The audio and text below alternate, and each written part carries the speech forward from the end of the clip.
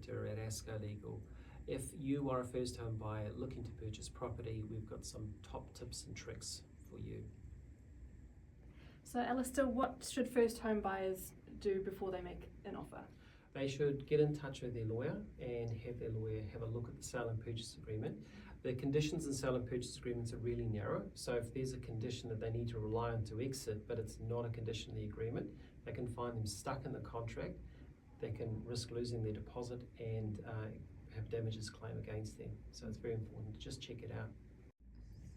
Can you explain the importance of getting a thorough review of the title and limb from a purchaser's point of view, and what potential issues they should look out for?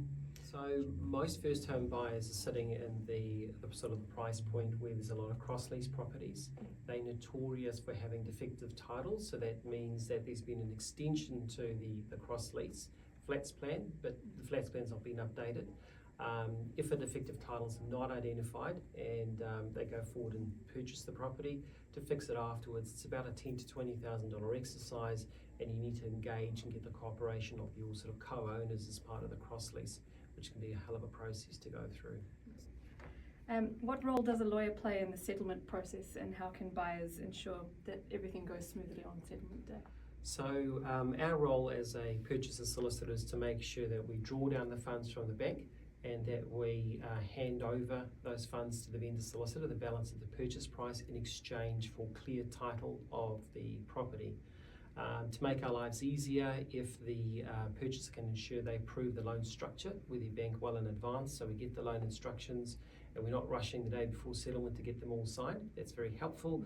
And the other one is making sure at least 48 hours before settlement you have that pre-purchase inspection. If we don't give a notice of any issues, identifying the pre-purchase inspection at least 1 working day prior to settlement, we lose the right to withhold funds in settlement, and it can make it very difficult to try and find a vendor afterwards to get some kind of recourse. What are the common pitfalls that first home buyers make, and how can they avoid them?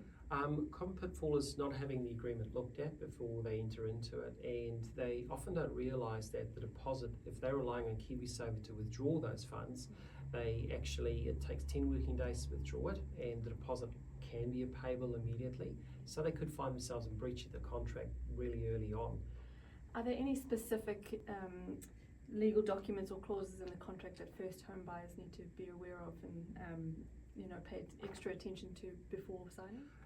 So we often, coming back to the KiwiSaver withdrawal, put a specific clause in there that says that the withdrawal, that the deposit or part of the deposit, where it comes from KiwiSaver, is only due once those funds are withdrawn.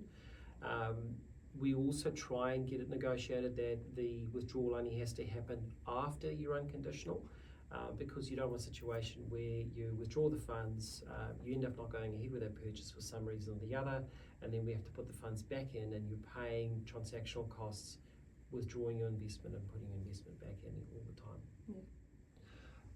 When purchasing your first home, I know there are a lot of costs associated with building inspections, talking to your mortgage broker, looking for finance, which often results in valuations. So, getting a lawyer involved early on can be quite daunting, and just one more sort of cost to worry about.